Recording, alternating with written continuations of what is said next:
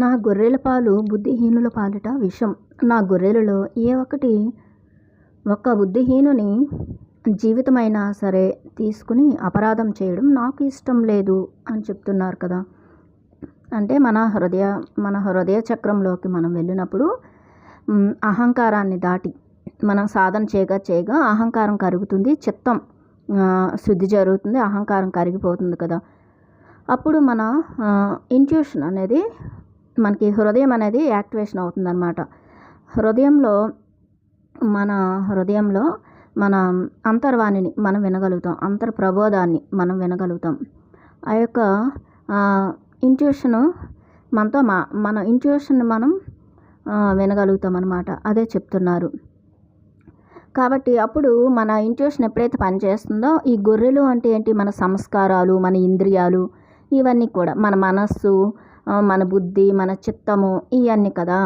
ఇవన్నీ కూడా ఏమవుతాయి, ఆ యొక్క అంతరాత్మ యొక్క కంట్రోల్లో ఉంటాయి. అది ఆత్మ అప్పుడు వీటన్నింటిని కూడా చక్కగా మరి కంట్రోల్ చేస్తుంది అన్నమాట. ఆత్మ కంట్రోల్లోకి మన యొక్క conscious mind, sub conscious mind, ఇంకా ఈ యొక్క అన్నీ కూడా అహంకారము, ఈ ఆరిషడ్వర్గాలు, సంస్కారాలు, ఈ అన్నీ మన కర్మేంద్రియాలు, జ్ఞానేంద్రియాలు, మన ఈ దేహము అన్నీ కూడా మన యొక్క ఆత్మ యొక్క కంట్రోల్లోకి వెళ్తాయి అన్నమాట. ఆత్మ అప్పటి నుంచి వీటన్నింటిని కూడాను చక్కగా ఇచ్చేస్తుంది అనమాట, హ్యాండిల్ చేయగలుగుతుంది. ఆత్మని మనం మేల్కొల్పుకుంటే అది హృదయ చక్రంలోకి వెళ్ళడం అనమాట.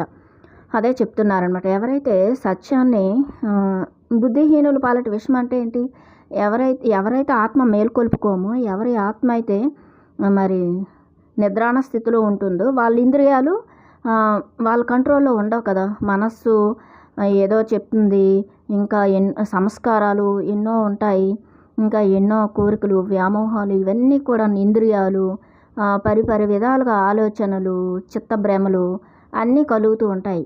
ఇవన్నీ కూడా కలిపి మన జీవితం గందరగోళంగా, మరి అస్తవ్యస్తంగా తయారైపోతుంది కదా. సరైన నిర్ణయాలు అవి తీసుకోలేము. కాబట్టి ఇది బుద్ధిహీనత అనమాట. బుద్ధి లేకపోవడం, బుద్ధి, విచక్షణ, జ్ఞానం. ఎప్పుడు మన బుద్ధి అనేది మన బుద్ధిని ఎప్పుడు మనం బుద్ధి అనేది ఎప్పుడు యాక్టివేషన్లోకి వస్తుందంటే, ఎప్పుడైతే మనస్సు శుద్ధి జరుగుతుందో, మనస్సు అనేది నిర్మలం అవుతుందో, నిశ్చలం అవుతుందో, మరి ఆ మనస్సు అనేది శుద్ధి జరుగుతుందో, మనస్సు అనేది కరిగిపోతుందో, అప్పుడు బుద్ధి అనేది వికసిస్తుంది అనమాట. ఆ వికసించిన బుద్ధి అంటే ఏంటి, మన హృదయం, మన ఇంట్యూషన్, మన అంతర్వాణి. అప్పుడు మన అంతరాత్మ అనేది, మన ఆత్మ అనేది అప్పుడు మన శరీరం మీద, ఇంద్రియాల మీద, అన్నింటి మీద కూడాను చక్కటి కంట్రోలింగ్ కలిగి ఉంటుందన్నమాట. ఇవన్నీ ఆత్మ యొక్క కంట్రోల్లోకి వెళ్ళిపోతాయి కదా. మన మనస్సు అన్నీ కూడా అప్పుడు మనకి ఎరుక అనేది వస్తుంది. అదే ఇక్కడ చెప్తున్నారనమాట. నా గొర్రెల పాలు బుద్ధిహీనుల పాలిట విషం అని. బుద్ధి లేకపోతే, బుద్ధి, విచక్షణ, జ్ఞానం, బుద్ధి అనేది వికసించకపోతే ఏమవుతుంది, మనస్సుతో ఉంటాం కదా. మనస్సు అనేది ఇంద్రియాలని ఉపయోగించుకొని ఈ భౌతిక ప్రపంచంలోని మన కర్మేంద్రియాల ద్వారా ఎన్నో పనులు చేస్తుంది, జ్ఞానేంద్రియాల ద్వారా ఎన్నో ఇవన్నీ చేస్తూ ఉంటుంది కదా. మన ఇంద్రియాల ద్వారా ఈ భౌతిక ప్రపంచంలో ఉన్న విషయాలని అది సేకరిస్తూ ఉంటుంది మన మనస్సు అనేది. ఆ సేకరించినవన్నీ కూడాను ఆలోచనలుగా, ఎమోషన్స్గా, భావోద్వేగాలుగా, ఇంకా అహంకారంగా, ఇంకా సంస్కారాలుగా, అవన్నీ కూడాను గట్టిపడిపోతాయి అన్నమాట మన లోపల. ఆ సబ్కాన్షియస్ మైండ్లో కూరుకొని ఉంటామన్నమాట. ఇవన్నీ లోపల పెట్టేసుకొని మన నమ్మకాల వ్యవస్థలు అన్నీ కూడా, కండిషనింగ్స్ ఉంటాయి, కంట్రోలింగ్లు ఉంటాయి, భయాలు ఉంటాయి, ఇవన్నీ కలిపి మనం ఆ లోపల ఆ సబ్కాన్షియస్ మైండ్లో కూరేస్తూ ఉంటామన్నమాట. ఎప్పుడైతే అంటే చిత్తం అన్నమాట. ఈ సబ్కాన్షియస్ మైండ్ చిత్తము, ఆ సంస్కారాలుగా అవి తయారైపోతుంటాయి. అవి పదే మళ్ళీ అవి ట్రిగ్గర్ అవుతూ ఉంటాయి అన్నమాట. కాబట్టి ఎప్పుడైతే మనం మన హృదయ చక్రంలోకి వస్తామో, సాధన చేయగా హృదయం అనేది ఎప్పుడైతే వికసిస్తుందో, ఆ హృదయంలోని చక్కటి సంస్కారాలు, మంచి ఆ యొక్క దివ్య గుణాలు అనేవి యాక్టివేషన్లోకి వచ్చినప్పుడు అవి చక్కటి మన యొక్క ఇంద్రియాలు అన్నీ కూడా మన మంచి సంస్కారాలతో పనిచేస్తాయి అన్నమాట. మన కర్మేంద్రియాలు, జ్ఞానేంద్రియాలు, మన యొక్క తన్మాత్రలు, రూప, రస, గంధ, శబ్ద, స్పర్శ, ఇవన్నీ కూడా చక్కగా మన ఇంద్రియాలు మన భౌతికతలో ఉన్నటువంటి మాయకి మనము లోబడకుండా, వ్యామోహాలకి లోబడకుండా ఎరుకతో సాక్షిగా మరి చక్కగా మన యొక్క భౌతిక శరీరము, భావోద్వేగాల శరీరము, మరి మనోమయ శరీరం అంటే మనస్సు అన్నీ కూడా మన యొక్క ఆత్మ యొక్క కంట్రోల్లోకి వచ్చేస్తాయి కదా, అది చెప్తున్నారనమాట. కానీ ఏ రకంగా నేను బుద్ధిహీనుడిని అని అడుగుతున్నాడు మైకేల్ నైమి. అడిగితే అప్పుడు అతను చెప్తున్నాడు, ఆ గొర్రెల కాపరి ఏం చెప్తున్నాడంటే 7 జీవితాల ప్రయాణానికి 7 రొట్టెలు తెచ్చుకోవడంలో అని చెప్తున్నారు. అంటే నువ్వు ఈ యొక్క ప్రయాణం చేస్తున్నప్పుడు 7 రొట్టెలు ఎందుకు తెచ్చుకున్నావు అని అడుగుతున్నారు అనమాట. ఆహారాన్ని ఎందుకు సమకూర్చుకున్నావు అని చెప్తున్నారు. మనం భౌతికంగా చూస్తే ఏదైనా సరే మనం ఈ ధ్యాన ప్రచారాలకి ఇలా వెళ్ళేటప్పుడు అక్కడ ఎవరో ఏది పెడితే తిని చక్కగా ఎప్పుడు ఏది ఎలా నేచర్ మనకి సమకూరుస్తుందో దాంతోనే అలా ప్రయాణం చేస్తూ ఉంటారు సింపుల్గా కదా. ఎంత డబ్బులు పట్టుకొని కానీ లేదంటే అన్నీ సమకూర్చుకొని ఎవరు వెళ్ళరు. పత్రిజీ కూడా అలాగే తిరిగేవారు కదా, అలా అనమాట. విశ్వ కళ్యాణానికి మనం పనిచేసేటప్పుడు మనకి అన్నీ అలా నేచర్ అనేది, యూనివర్స్ అనేది సమకూరుస్తుంది కదా, అదే చెప్తున్నారన్నమాట. 7 జీవితాలు ప్రయాణానికి అని చెప్పారు. 7 జీవితాలు అంటే ఏంటి అంటే 7 శరీరాలు దాటాలి కదా.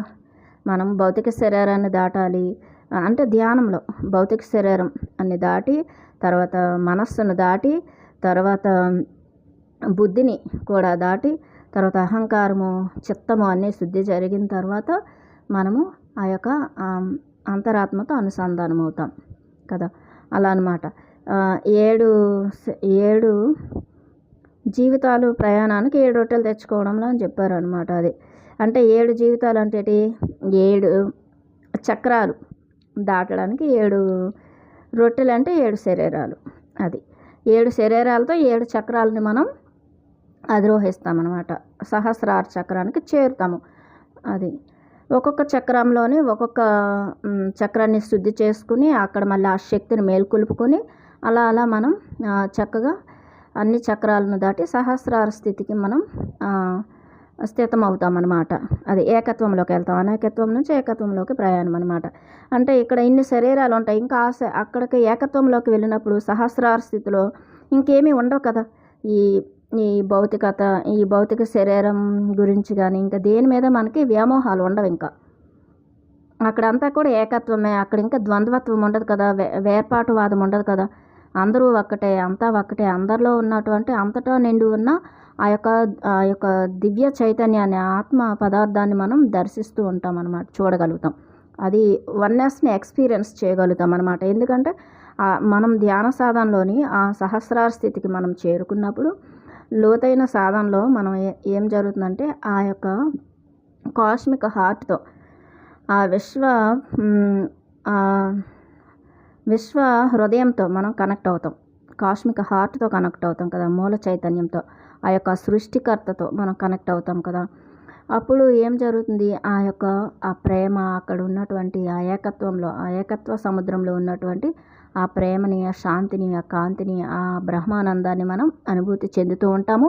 ఇక్కడ అంతా నేనే అంతా, ఇక్కడ ఏది కూడా ఇంకా వేరుగా లేదు అని చెప్పేసి ఏకత్వాన్ని మనం అనుభూతి చెందుతాం కదా. అది అప్పుడు నేను 7,000 తెచ్చుకుని ఉండవలసినదా అంటున్నాడు అనమాట మైకేల్ నైమి గారు. అంటే 7 రొట్టెలు తెచ్చుకున్నావు, 7 జీవితాలకు సరిపడా అంటున్నారు. అయితే 7,000 తెచ్చుకోవాలా అంటున్నాడు అనమాట. ఒక్కటి కూడా కాదు అని చెప్తున్నాడు ఆయన.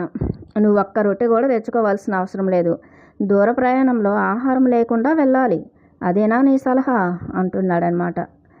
బాటసారికి ఆహారం అమర్చలేని బాట నడవదగిన బాట కాదు అని చెప్తున్నాడు గొర్రెల కాపరి. ఏదైతే మనం ఇప్పుడు సాధన చేస్తూ ఉన్నప్పుడు ఏం జరుగుతుంది, మనం అక్కడ మనకెంతో ఆకలి ఉండదు, దాహము ఉండదు కదా. ఇంకా సాధన చెయ్యాలి అనిపిస్తుంది ఆ డీప్ మెడిటేషన్ స్టేట్లో. అలాగే ఎన్నో అనుభవాలు వస్తూ ఉంటాయి. మనం ఇంకా ఎంతో ఆస్ట్రల్ వరల్డ్స్కి వెళ్తూ ఉంటాము, వేరే డైమెన్షన్లోకి వెళ్తాము, ఎంతోమంది మాస్టర్స్ని చూస్తాము, ఎన్నో ఎన్నో మనకు అనుభవాలు వస్తూ ఉంటాయి. అక్కడ ఇంకా ఆకలి ఉండదు, దాహము ఉండదు. అదనమాట. రొట్టె బదులు చికుముకి రాళ్ళు తినమంటావా, నీటికి బదులు చెమటను త్రాగమంటావా అని అడుగుతున్నాడు అనమాట మైకేల్ నేమి ఆ గొర్రెల కాపరికి. అంటే ఇక్కడ ఆత్మ మనకి ఇక్కడ బోధిస్తుంది. ఇక్కడ మన అంతరార్థం ఏంటి, మనమే అది ప్రశ్నిస్తున్నాం, మన వ్యక్తిత్వం ప్రశ్నిస్తుంది, మన ఇంట్యూషన్, మన అంతర్వాణి మనతో మాట్లాడుతుంది అనమాట. నీ మాంసం నీకు తగినంత ఆహారం, నీ రక్తం నీకు చాలినంత పానీయం, వాటికి తోడు బాట కూడా ఉంది అని చెప్తున్నారనమాట. నీ మాంసం నీకు తగినంత ఆహారం అని చెప్తున్నారనమాట. అంటే మనం ఏదైతే ఈ ధ్యానంలో మనం కూర్చున్నప్పుడు మనకి ఎంతో శక్తి వస్తుంది కదా, అది చక్కగాను. అంటే కాస్మిక్ ఎనర్జీని మనం రిసీవ్ చేసుకుంటాం కదా, ఆ శక్తిని మనం ఆహారంగా తీసుకుంటాం. నీ రక్తం నీకు చాలినంత పానీయం అని చెప్తున్నారనమాట. అంటే మన లోపల అమృత బిందువులు అనేవి మనకి ఊరుతూ ఉంటాయి అన్నమాట. కొన్ని అమృతం అంటే కొన్ని హార్మోన్స్ అనేవి చక్కగా అక్కడ కొన్ని హార్మోన్స్ అనేవి అక్కడ రిలీజ్ అవుతాయి కదా, అది అమృతం అంటారనమాట. అమృత బిందువులు అనేవి ఊరుతూ ఉంటాయి, అది మనం తాగుతూ ఉంటాం అన్నమాట అమృతాన్ని. వాటికి తోడు బాట కూడా ఉంది అని చెప్తున్నారు. వాటికి తోడు ఇంకా అవి అందుతూ ఉంటాయి, ఇంకా నీకు చక్కగా బాట కూడా ఉంది, చక్కటి దారి ఉంది, ముందుకు నువ్వు ఇంకా ఈజీగా వెళ్ళగలుగుతావు అని చెప్తున్నారనమాట. గొర్రెల కాపరి, నన్ను మరీ ఎక్కువగా ఎగతాళి చేస్తున్నావు, కానీ నీ ఎగతాళి త్రిప్పు కొట్టను. నా రొట్టె తిన్నవారు ఎవరైనా అతడు నన్ను పస్తు పెట్టినా అతడు నా సోదరుడు అవుతాడు అని చెప్తున్నాడనమాట. గొర్రెల కాపరి, నువ్వు నన్ను చాలా ఎగతాళి చేస్తున్నావు, నా రొట్టెలు నువ్వు తినేసావు అయినా పర్వాలేదు, నీ గొర్రెలకి వేసేసావు అయినా పర్వాలేదు, నువ్వు నా సోదరుడవే అని చెప్తున్నాడనమాట. అతడు, పగలు కొండబారిపోతోంది, రాత్రి సమయం అవుతుంది, నా దారిలోకి వెళ్ళాలి, నేను శిఖరానికి ఇంకా ఎంత దూరంలో ఉన్నాను అన్న విషయం అయినా చెప్పవా అని అడిగాడు. నేను శిఖరానికి ఎంత దూరంలో ఉన్నానో చెప్పవా అంటే, నువ్వు మరుపుకి చాలా దగ్గరలో ఉన్నావు అని చెప్తున్నారు. ఇది చూడండి, ఇది చాలా లోతైన అంతరార్థం అనమాట, అర్థాన్ని ఇస్తుంది. అంటే నువ్వు మరుపుకి చాలా దగ్గరలో ఉన్నావు. ఏ మరుపుకి? ఆ యొక్క మనస్సు అనేది అక్కడ కరిగిపోయింది, అహం కరిగిపోయింది, చిత్తం అంటే ఆ యొక్క చిత్తభ్రమలు అన్నీ కరిగిపోయాయి అన్నమాట. ఇంకా అన్నీ దాటేసి అంటే మన అనాహత చక్రాన్ని దాటి విశుద్ధ చక్రం అంటే శుద్ధి జరిగిపోయింది మొత్తం కదా, చిత్తము అన్నీ కూడాను శుద్ధి జరిగాయి. అన్నీ నువ్వు మరుపుకు చాలా దగ్గరలో ఉన్నావు అని చెప్తున్నారనమాట. అంటే మరుపు, నీ గతము, నీ వ్యక్తిత్వము, నీ నువ్వు అని ఏదైతే ఉందో, ఈ భౌతిక జీవితము అని నువ్వు ఏదైతే అనుకుంటున్నావో నిజమని, దానికి నువ్వు మర్చిపోవడానికి దగ్గరగా ఉన్నావు. అంటే నువ్వు అసలైన నేనుకు దగ్గరలోకి వెళ్తున్నావు, నువ్వు సరికాని నేనుకు దూరంగా ఉన్నావని అర్థం ఇక్కడ. అది నువ్వు మరుపుకి చాలా దగ్గరలో ఉన్నావు అని చెప్తున్నారనమాట. అంటే ఇంకా మన లోపల సాధన చేస్తూ ఉన్నప్పుడు ఇంకా కూడా మనం ఇంకా ఏ స్థితికి వచ్చామో, ఎంతవరకు ఎదిగామో, మన ఆత్మను మనం అసలు మన ఆత్మతో మనం అనుసంధానం అయ్యామా లేదా అని ఆలోచనలు, ఇవన్నీ అనుమానాలు అన్నీ ఉంటాయి కదా, అలా అనమాట. అవన్నీ దాటి హృదయాన్ని కూడా దాటి విశుద్ధ చక్రం, ఇంకా మన ఈ చక్రాలు దాటి ప్రయాణం చేయడం అనమాట, ముందుకు వెళ్ళడం. ఇది చెప్పి మురళి పెదాల దగ్గర పెట్టుకుని క్రింది ప్రపంచాల నుంచి వస్తున్న ఫిర్యాదుల్లా అవగాహనకు అందని రాగాలను ఆలపిస్తూ తదనుగుణంగా నడుస్తూ వెళ్ళిపోయాడు. ఆయన ఎలా అంటే అక్కడెక్కడో కింది ప్రపంచాల నుంచి వస్తున్న ఫిర్యాదుల్లా అంటున్నాడనమాట. ఆ క్రింది ప్రపంచాల నుంచి వస్తున్న ఫిర్యాదుల్లాగా ఆయన చక్కగా ప్రశాంతంగా నడుచుకుని వెళ్ళిపోయాడు అని చెప్తున్నాడు అనమాట. ఇక్కడ క్రింది ప్రపంచాలు అంటే ఏంటి? ఇప్పుడు మళ్ళీ మనం చూస్తే ఈ యొక్క భూలోకం, భువర్లోకం, సువర్లోకం, జనాలోకాలు అంటాం కదా, అలాగనమాట. అలా ఆయన వెళ్ళిపోయాడు అని చెప్తున్నాడు. అతడి వెనుక పొట్టేళ్ళు దానిని అనుసరించి మిగిలిన గొర్రెలు వెళ్ళిపోయాయి. రాళ్ళు నలుగుతున్న శబ్దం, గొర్రెల అరుపులతో కలిసిపోయిన మురళీరవం చాలాసేపు విన్నాను అని చెప్తున్నాడనమాట. అవన్నీ కూడాను చక్కగా ఆయన వెనుక నడుచుకుంటూ వెళ్ళిపోయాయంట. ఆయన ఫిర్యాదుని ఆయన యొక్క ఆజ్ఞని అనుసరించి అవన్నీ కూడాను ఒకదాని వెనుక అలా వెళ్ళిపోయాయంట. అంటే ఇక్కడేంటి, ఆ యొక్క ఎప్పుడైతే మనం ఆత్మను మేల్కొల్పుకుంటామో ఆత్మ మన యొక్క అన్నింటిని కూడా మన భౌతిక శరీరాన్ని, మన మనస్సుని, మన అన్నింటిని, అహంకారాన్ని, అన్నింటిని కూడా, బుద్ధిని చక్కగా అది కంట్రోల్ చేయగలుగుతుంది. చక్కగా అవన్నీ కూడా ఆత్మ యొక్క, అంటే మన హృదయంతో మన మనస్సుని మనం అనుసంధానం చేసుకుంటాం కదా, హృదయం మాట వింటాం కదా, విన్నప్పుడు అన్నీ చక్కగా పనిచేస్తాయి అన్నమాట. బుద్ధి వికసిస్తుంది కదా. బుద్ధి వికసించిన తర్వాత మనకి ఏది సరి అయినది, ఏది సరికానిది అని చక్కటి నిర్ణయాలు తీసుకునే శక్తి మనకు పెరుగుతుంది. అవగాహన శక్తి పెరుగుతుందన్నమాట. ఆకలిని పూర్తిగా మర్చిపోయి గొర్రెల కాపరి ధ్వంసం చేసిన నా శక్తిని, సంకల్పాన్ని తిరిగి కూడగట్టుకోవడం మొదలుపెట్టాను అని చెప్తున్నారు. అక్కడ ఎప్పుడైతే ఆయనకి ఆ గొర్రెల కాపరి వచ్చేలా మాట్లాడారో, ఆయన వెళ్ళిపోయిన తర్వాత ఇతను శక్తి అంతా కోల్పోయాను అని చెప్తున్నాడు అనమాట. ఆయన చెప్పే మాటల వలన ఈయనకు అలా అనిపించింది. కాబట్టి అప్పుడు నా సంకల్పాన్ని మళ్ళీ కూడగట్టుకున్నాను, ముందుకు వెళ్ళాలి, ఎలాగైనా ఆగకూడదు అని చెప్పేసి అంటున్నారు. భయంకరమైన జారే రాళ్లతోనే రాత్రి గడపవలసి వస్తే క్రిందికి జారి పడకుండా అలసిన నా శరీరం విశ్రాంతి తీసుకోవడానికి ఒక తావు చూడాలి అని చెప్తున్నాడు. తిరిగి పాకడం మొదలుపెట్టాను. క్రిందికి చూస్తున్నప్పుడు ఎంత ఎత్తుకు చేరాను అన్నది అర్థమైంది. అది నమ్మలేకపోయాను. వాలు యొక్క క్రింది భాగం కనిపించడం లేదు. శిఖరం చేరుకోగలిగినంత దూరంలో కనిపించింది అని చెప్తున్నారు.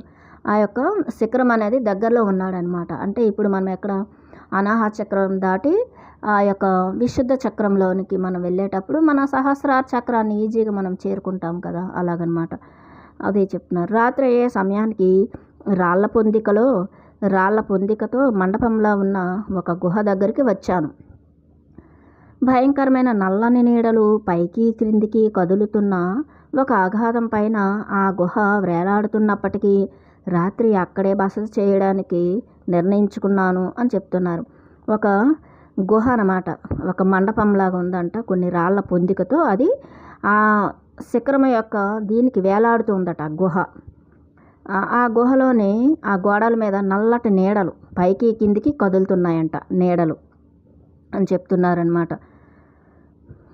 ఒక అగాధం పైన ఆ గుహ వేలాడుతున్నప్పటికీ రాత్రి అక్కడే బస చేయడానికి నిర్ణయించుకున్నాను అని చెప్తున్నారు. అది ఒక అగాధం పై నుంచి వేలాడుతూ ఉంది, అంటే ఒక కొన, ఒక చివర అది వేలాడుతూ ఉంది అని చెప్తున్నారు. ఇక్కడ చూడండి, మన గెలాక్సీకి ఒక అంచున విసిరివేయబడినట్టుగా మన భూగ్రహం ఉంది అని చెప్పారు కదా. మన గెలాక్సీకి అంచున ఆ చివరన మన భూమి అనేది ఉంది అని చెప్పారు. అలా అన్నమాట. ఇది కూడా అంతే. ఆయన కూడా అక్కడ గుహకి, ఆ యొక్క కొండకి, ఆ యొక్క పర్వతానికి, ఆ పర్వతానికి ఒక అంచున ఒక దీనిలాగా అనమాట అక్కడ వేలాడుతుందట ఒక గుహ. మనం విజువలైజేషన్ చేసుకుంటే మనకి తెలుస్తుంది. ఆ గుహలోనేమంచి కొన్ని నల్లటి నీడలు ఉన్నాయి అని చెప్తున్నాడు అనమాట ఈయన. ఆ నల్లటి నీడలు పైకి కిందకి కదులుతున్నాయి అని చెప్తున్నాడు. అంటే ఇక్కడేంటి నల్లటి నీడలు అంటే ఇవి కూడా కొన్ని మన భౌతిక మన యొక్క సూక్ష్మ శరీరాలే కదా. కొన్ని లేదంటే కొన్ని ఇవి స్పిరిట్స్, కొన్ని ఆత్మలు. అది నల్లటి నీడలు కదులుతున్నాయి అని చెప్తున్నారు. నా జోళ్ళు మేజోళ్ళు ముక్కలై రక్తసిక్తమయ్యాయి. మేజోళ్ళు తీయడానికి ప్రయత్నించినప్పుడు జిగురుతో అంటించినట్లు వాటికి గట్టిగా అంటుకుని కనిపించింది అని చెప్తున్నారు. కనిపించింది నా చర్మం అంటున్నారు. ఇక్కడ చూడండి, మన సూక్ష్మ శరీరాలు కూడా, మన మనోమయ శరీరం, మన భావోద్వేగాల శరీరం, మన ఆత్మిక శరీరం అన్నమాట. ఇవన్నీ కూడాను అనుభూతిక శరీరాలు, ఇవన్నీ కూడాను మన ఎనర్జీ బాడీ, అంటే మన సూక్ష్మ శరీరం. ఇవన్నీ కూడా మన యొక్క భౌతిక శరీరంతో ఇవన్నీ అంటుకొని ఉంటాయంట. ఒక పొర, ఉల్లిపాయ పొరల్లాగా కదా, ఉల్లి పొరల్లాగా అదనమాట. అదే చెప్తున్నారు ఆయన. నా జోళ్ళు మేజోళ్ళు అంటున్నారంటే ఈ శరీరాలన్నీ కూడాను ఒకదాంతో ఒకటి అంటించేసినట్లు, గమ్ అంటించినట్లు ఒక దాంట్లో ఒకటి మెర్జ్ అయిపోయి ఉన్నాయన్నమాట. లోపలికి మనం కుట్టేసినట్లుగా, సూది దారంతో కుట్టేసినట్లుగా అన్నీ ఒకదాంతో ఒకటి అతుక్కుపోయి ఉన్నాయన్నమాట. ఒక దాంట్లో ఒకటి మెర్జ్ అయిపోయి ఉన్నాయన్నమాట మన శరీరాలు. అదే ఆయన చెప్తున్నారు, దీని అంతరార్థం అదే. అరచేతులు ఎర్రటి గాయాలతో నిండి ఉన్నాయి అని చెప్తున్నారు.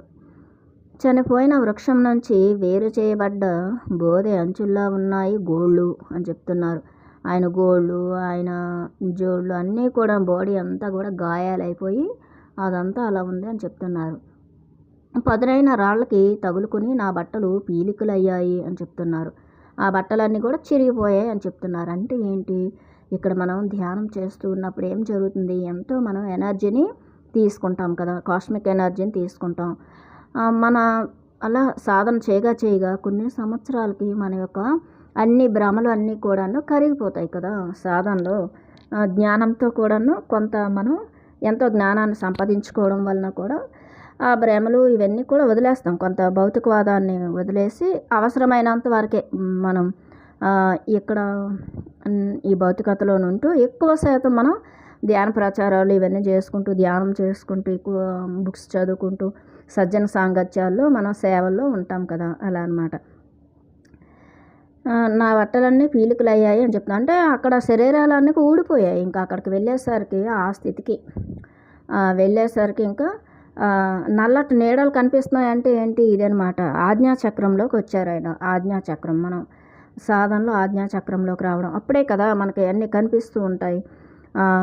అంటే ఆత్మలు కనిపిస్తాయి కదా, అలాగనమాట. అంటే ఆత్మలు అంటే కాదు, హయ్యర్ మాస్టర్స్ వాళ్ళు కనిపిస్తుంటారు. కొంతమంది మనకి మన స్పిరిట్స్, మన మనల్ని గైడ్ చేసే ఏంజల్స్ కనిపిస్తారు. ఇలా ఏంజల్స్, మా ఆస్ట్రల్ మాస్టర్స్ వీళ్ళంతా కనిపిస్తారు కదా, అది ఆయన అదే చెప్తున్నాడు అనమాట. నా తల బరువెక్కింది అంటున్నాడు. ఆయన తలంతా కూడా బరువెక్కింది అని చెప్తున్నారనమాట. చూడండి, ఆజ్ఞాచక్రం నుంచి సహస్రార చక్ర స్థాయికి వెళ్ళేటప్పుడు తలంతా మరి ఇంకా బరువుగా అయిపోతుంది కదా, అది నిద్ర తప్ప వేరే ఆలోచన లేదు అని చెప్తున్నాడు అనమాట ఆయన. అప్పుడు ఆయన ఒక మత్తులోకి, నిద్రలోకి జారుకుంటాడనమాట. నేను ఎంతకాలం నిద్రపోయింది, ఒక్క క్షణం, ఒక గంట, ఒక అనంతం నాకు తెలియదు అని చెప్తున్నాడు ఆయన. ఆ ట్రాన్స్లో, ఆ యొక్క డీప్ మెడిటేషన్ స్టేట్లో మనం ఉండేటప్పుడు చూడండి, మనకి టైమే తెలియదు కదా, అదనమాట. కాలం అనేది ఇంకా అక్కడ ఉండదు. అలా ఆయన కూడా నిద్రలోకి జారిపోయాను, అలిసిపోయాను ఈ యొక్క శిఖరాన్ని అధిరోహించేటప్పుడు అని చెప్తున్నారనమాట. ఏదో శక్తి నా చేతిని లాగుతున్నట్లు అనిపించి నిద్రలేచాను అని చెప్తున్నాడు ఆయన. నిద్రపోయిన తర్వాత ఒక శక్తి ఏదో ఆయన చేతిని ఇలా లాగుతున్నట్లు అనిపించిందట. లాంతరు పట్టుకుని నిద్రలేచాను. నిద్ర మత్తులో ఉలిక్కిపడి లేచి కూర్చున్న నేను చేతిలో మసక వెలుతురుతో ఉన్న లాంతరు పట్టుకుని నిలబడి యవ్వనంలో ఉన్న ఓ కన్యని చూశాను అని చెప్తున్నారనమాట ఆయన. అక్కడ ఒక కన్యని, ఒక అమ్మాయిని, చక్కగా ఒక 17-16 సంవత్సరాల ఒక కన్య, ఒక అమ్మాయిని ఆయన చూశారంట. ఒక లాంతరు పట్టుకుని ఉందంట, ఆయన చెయ్యిని ఇలా లాగుతున్నట్లు కనిపించిందంట. సుకుమారంగా, అందంగా ఉన్న ముఖంతో, ఆకృతితో ఆమె పూర్తి నగ్నంగా ఉంది అని చెప్తున్నాడు అనమాట. అక్కడ ఆమె ఎలా ఉందంటే చాలా సుకుమారంగా, సున్నితంగా, చాలా అందంగా ఉందంట అమ్మాయి. ఆకృతితో, మంచి ఆకృతి, శరీర ఆకృతితో చక్కగా ఉంది. ఆ కన్య ఎంత అందంగా ఉందో అంత వికారంగానూ ఉంది. నా చొక్కా చెయ్యి లాగుతున్న మరో వృద్ధ స్త్రీ తల నుంచి పాదం వరకు వణికిపోయాను. ఇంకొక వృద్ధురాలు, ఒక పెద్ద ఆవిడ, ఒక అంటే ముసలావిడ అనమాట, వృద్ధురాలు, ఆమె కూడా ఉందట. ఈ కన్య పిల్లతో పాటు, ఈ కన్యతో పాటు ఒక వృద్ధ స్త్రీ. ఈయన చొక్కా విప్పేస్తుంది అనమాట, ఈయనకున్న చొక్కాలు తీసేస్తుంది. ఈ అమ్మాయి ఎందుకు అంత వికారంగా ఉందంటే ఆమెకి బట్టలు లేవు, ఆమె నగ్నంగా ఉంది. అదృష్టం ఎలా అమరుస్తుందో చూసావా బిడ్డ, నా చొక్కాని నా భుజాల నుంచి సగం వరకు లాగుతూ ఆ కన్యతో అంది ఆ వృద్ధ స్త్రీ. అదృష్టం గురించి ఎప్పుడూ నిరాశ చెందకు అని చెప్తుందనమాట ఆమె ఆ అమ్మాయితో. ఆ వృద్ధ స్త్రీ ఆ కన్యతో ఇలా చెప్తుంది, అదృష్టం ఎలా అమర్చిందో చూసావా బిడ్డ, అని ఆ చొక్కా విప్పుతూ ఇతను చొక్కా లాగేసుకుంటూ అదృష్టం గురించి ఎప్పుడు నిరాశ చెందకు అని చెప్తుందనమాట. ఇప్పుడు నీకు బట్టలు లేవు కదా, నీకు ఇగో బట్టలు దొరికాయి కదా, ఈయన బట్టలు చక్కగా నువ్వు వేసుకో, నీ శరీరాన్ని చక్కగా నువ్వు కప్పుకో అని చెప్తుందనమాట ఆ వృద్ధ స్త్రీ. నిశ్చేష్టునైనా నేను మాట్లాడడానికి ప్రయత్నించలేదు అని చెప్తున్నాను. నాకు ఆశ్చర్యం పోయాను అని చెప్తున్నారు. ఎందుకు? ఈయన బట్టలు విప్పేసి ఈయన నగ్నంగా తయారవుతాడు కదా, మరి ఆ అమ్మాయికి ఆ బట్టలు వేసేసింది. అది ఇక్కడ మనం చూస్తే మనం ఎప్పుడైతే మన కారణ శరీరాలు అన్నీ కూడా మళ్ళీ ఆ కారణ లోకాలను వదిలేస్తాం కదా, వదిలేసిన తర్వాత మనం ఇంకా అమరులం అవుతాం అన్నమాట. అంటే ఏంటి? ఇంకా ఆ యొక్క కాంతి శరీరాన్ని ధరిస్తాం, ఆత్మగా అయిపోతాం అన్నమాట. ఈ శరీరాలన్నీ, ఈ 7 శరీరాలను కూడా వదిలేసిన తర్వాత ఆత్మే కదా ఉంటుంది, అలా అనమాట. అందుకు ఆమె ఆ శరీరాలు ఇంకేవైతే ఉన్నాయో, ఇంకా కారణ శరీరాలు, ఈ శరీరాలు ఉంటాయి కదా, ఆఖరి శరీరాలు, అవన్నీ కూడాను బట్టల కింద ఈయన చెప్తున్నారంట. ఆ చొక్కాలు అవి ఇప్పేసి అమ్మాయికి ఇచ్చేసింది, నువ్వు వేసుకో అని చెప్పేసి. ఆ వృద్ధ స్త్రీ అంటే ఎవరు? వృద్ధ స్త్రీ అంటే ఒక వృద్ధాత్మ కదా, వృద్ధాత్మ అనమాట. ఈ ఈ కన్య అంటే ఎవరు? ఇంకప్పుడే ఈ యొక్క భూమి మీదకి మాయలోకి రావడానికి వచ్చినటువంటి ఒకనొక ఒక ఆత్మ అనమాట, ఒక కాంతి శరీరం. కాంతి శరీరానికి ఇంకా ఈ యొక్క భౌతిక శరీరాలు ఉండవు కదా. ఒక ఆత్మ అనేది, ఒక ఎనర్జీ అనేది భూమి మీదకి వచ్చేటప్పుడు తల్లి గర్భంలోకి వచ్చిన తర్వాత శరీరం అనేది ఫామ్ అవుతుంది కదా, అలా అనమాట. అక్కడ అమ్మాయి నగ్నంగా ఉందని చెప్పారు కదా ఆయన. అంటే ఆమెకి ఈ భౌతిక శరీరం లేదు, ఒక కాంతి శరీరం. ఆ కాంతి శరీరము ఆ యొక్క దివ్యలోకాల నుంచి ఈ భూమి మీదకి జన్మ తీసుకోవడానికి రెడీగా ఉంది ఇక్కడ అనుభవాల కోసం కదా. ఈ మాయలోకి వచ్చి తను ఆత్మ అనుభవాలు, ఆత్మ పాఠాలు నేర్చుకోవడానికి రావడానికి రెడీగా ఉంది. ఈయన ఏం చేశారు? ఈయన అటువైపు వెళ్ళాడు, పురోగమనం వైపు ఈయన వెళ్ళాడు అనమాట. ఆమె కిందకి తిరోగమనం వైపు వస్తుంది, కిందికి వస్తుంది. కాబట్టి ఈయనకున్నటువంటి ఈ శరీరాలు, ఈ కారణ శరీరాలు, ఈ మహాకారణ శరీరం కానీ, ఇంకా ఆనందమయ శరీరం కదా, ఇలా ఈ శరీరాలన్నీ ఇంకా మిగిలిన ఆఖరణ ఏం మిగులుతాయి? ఆ కారణ శరీరాలు అవే కదా మిగులుతాయి. అవి తీసేసి అమ్మాయికి వేసేస్తుంది అనమాట ఆవిడ. మన అహంకారము, మన అరిషడ్ వర్గాలు ఇవన్నీ కూడా ఉంటాయి, అన్నీ శరీరాల కిందే అలా తొడుగులు వేస్తారనమాట. ఆ శరీరాల్లోనే ఉంటాయి ఆ గుణాలు. అది అలాగా. అంటే కొత్త ఆత్మకి ఈ శరీరాలు, భౌతిక శరీరాలు అనేవి వస్తున్నాయి, సూక్ష్మ శరీరాలను ధరిస్తుంది ఆత్మకి. ఆ వృద్ధాత్మ అంటే ఎవరు? ఆమె కూడా వృద్ధాత్మ అంటే ఆమె ఎన్లైటెండ్ అనమాట, పూర్ణాత్మ, అలాగనమాట, పూర్ణాత్మ. అదృష్టం ఎలా సమకూరుస్తుందో చూసావా బిడ్డ, అదృష్టం గురించి ఎప్పుడు నిరాశ చెందకు అని చెప్తున్నారనమాట. మనం ఎప్పుడు కూడాను మనం ఏదైనా సంకల్పం పెట్టుకుంటే ఆ సంకల్పం మనకి ఎప్పుడైనా సరే నెరవేరుతుంది. ఇది మనం అది ఎప్పుడు కూడాను గమనించుకోవాలి. అంతే తప్ప అది మనకి దక్కదేమో, లేదంటే నేను ఇది చెయ్యలేనేమో, అలాంటిది ఏమీ లేదు. మనం ఏది అనుకుంటే అది సాధించగలుగుతాం అన్నమాట. నిశ్చేష్నై నేను మాట్లాడడానికి ప్రయత్నించలేదు, ఆమెను ఎదిరించడానికి ప్రయత్నించలేదు అని చెప్తున్నారు ఆయన. ఆమెను కూడా, వృద్ధ స్త్రీని నేను ఎదిరించలేదు, నా ఇచ్ఛాశక్తిని తెచ్చుకోబోయి విఫలుడిని అయ్యాను అని చెప్తున్నారు. ఇచ్ఛాశక్తిని తెచ్చుకోబోయి విఫలుడిని అయ్యాను అని చెప్తున్నారు అన్నమాట. అక్కడ ఆయన తన మాటలు అనేవి అక్కడ ఇంకా ఆయన మాట్లాడలేకపోయాడు అనమాట. ఆమె ఆ వృద్ధ స్త్రీ దగ్గర అది నన్ను వదిలి వెళ్ళిపోయినట్లుంది అంటున్నారు. ఇచ్ఛాశక్తి అంటే ఏంటి? కోరికలు అనమాట. నాకు ఇంకే కోరికలు లేవు, అవి వదిలి వెళ్ళిపోయాయి అని చెప్తున్నారు ఆయన. అది ఆ చిత్తము, అహంకారము, అవి అన్నీ పోయాయి, ఇంకా అది అన్ని శరీరాలు ఇంకా వెళ్ళిపోయాయి కదా. అది నా ఇచ్ఛాశక్తిని తెచ్చుకోబోయి విఫలున్నయ్యాను, అది నన్ను వదిలి వెళ్ళిపోయినట్లుంది అంటున్నారనమాట. ఇంకేముంది? ఆయన మొత్తము ఆయన అన్ని శరీరాలు, అన్ని లోకాలను వదిలేసిన తర్వాత చక్కగా అమరులుగా అయిపోతారు. ఆత్మ అనేది ఇంకా చక్కగా ఆత్మగా మనం ఉంటామన్నమాట. అది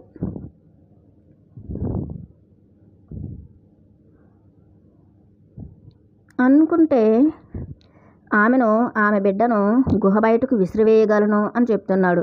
నేను కానీ తలుచుకుంటే ఆమె బిడ్డని అంటే ఎవరైతే ఉన్నారో వృద్ధ స్త్రీ కదా, ఆమె ఎవరు, ఒక వృద్ధాత్మ, సారీ, ఆమె ఒక పూర్ణాత్మ అనుకుందాం, వృద్ధాత్మ అంటే. తర్వాత ఈ పాప ఎవరు, ఆ పూర్ణాత్మ నుంచి వచ్చిన అంశాత్మ కదా.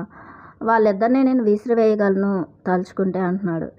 కానీ అలా కోరుకునే శక్తి కానీ, వారిని విసిరివేసే శక్తి కానీ ప్రస్తుతం నాలో లేదు అంటున్నాడు అనమాట. అంతే, ఆ కోప ఆవేశాలు అవేవి నాలో లేవు అని చెప్తున్నారనమాట. ఎంతో ప్రశాంతంగా నిశ్చలంగా తయారైపోయాను అని చెప్తున్నారు ఆయన. అలా ఆ స్త్రీ చేతిలో పూర్తిగా శక్తిహీనుడిని అయ్యాను అంటున్నారు. ఆ స్త్రీ యొక్క చేతిలో నేను శక్తిహీనుడిని అయ్యాను అంటున్నారు. ఆమె పూర్ణాత్మ కదా. ఒక పూర్ణాత్మ మనకి ఎప్పుడు కూడా ఎలా గైడ్ చేస్తుంది? మన పూర్ణాత్మ మనల్ని గైడ్ చేస్తుంది కదా. మనం ఇక్కడ ఏవైతే ఆత్మానుభవాలు, ఆత్మపాఠాలు, కర్మపాఠాలు అన్నీ నేర్చుకుంటూ ఉంటామో, ఆ ద్వంద్వత్వపు ఆట ఆడుతూ ఎన్నెన్నో మనం ఇక్కడ ఎన్నో భయాల నుంచి అన్నీ నేర్చుకుంటూ ఉంటాం కదా. అప్పుడు మన పూర్ణాత్మ మనల్ని ఎంతో సంరక్షిస్తూ, రక్షిస్తూ, మనకి ఎంతో గైడ్ చేస్తూ మనల్ని తను చక్కగా కాపాడుతూ ఉంటుంది మన పూర్ణాత్మ కదా. కాబట్టి ఆ పూర్ణాత్మ మనల్ని అలా గైడ్ చేస్తుంది. ఈయన అదే చెప్తున్నారు ఇక్కడ. ఆ స్త్రీ చేతిలో పూర్తిగా శక్తిహీనున్నయ్యాను అంటున్నారు. ఆ వృద్ధ స్త్రీ అంటే ఎవరంటే మన పూర్ణాత్మే. మన పూర్ణాత్మ ఇవన్నీ మన తొడుగులన్నీ తీసేస్తుంది, ఈ భ్రమలన్నీ తీసేస్తుంది. మనల్ని మన ఆత్మతో మనం కనెక్ట్ అయ్యేలాగా, మన పూర్ణాత్మతో కనెక్ట్ అయ్యేలాగా మనకి అలాగా కొంతమంది డివైన్ మనకి మాస్టర్స్ అంటే ఆస్ట్రల్ మాస్టర్స్ అని మన పూర్ణాత్మ కానీ ఇలా మనకి గైడ్ చేస్తూ ఉంటారనమాట. ఇది ఇక్కడ అంతరార్థం. నా చొక్కాతో తృప్తి పడకుండా ఆ స్త్రీ నేను పూర్తిగా నగ్నంగా అయ్యే వరకు నా ఒంటిపై బట్టలన్నీ తీసేసింది అని చెప్తున్నారు. ఆ స్త్రీ ఏం చేసిందంట, నేను ఇంకా నా ఒంటి మీద ఉన్న బట్టలన్నీ ఒలిచేసింది, నన్ను నగ్నంగా నిలబెట్టింది అని చెప్తున్నారు ఆయన, ఆ స్త్రీ.